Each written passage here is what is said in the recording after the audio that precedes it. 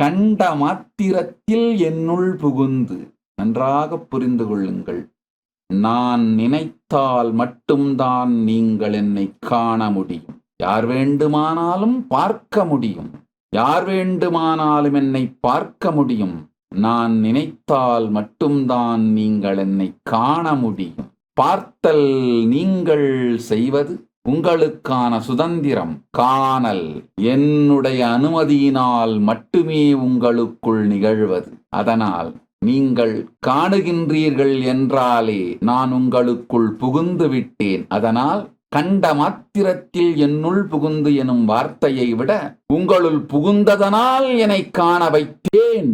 உங்களுள் புகுந்த பிறகுதான் நீங்கள் என்னை கண்டீர்கள். வார்த்தைகளை மாற்றி போட்டுக் கொள்ள வேண்டும். என்னுள் புகுந்து நான் கண்ட மாத்திரத்தில்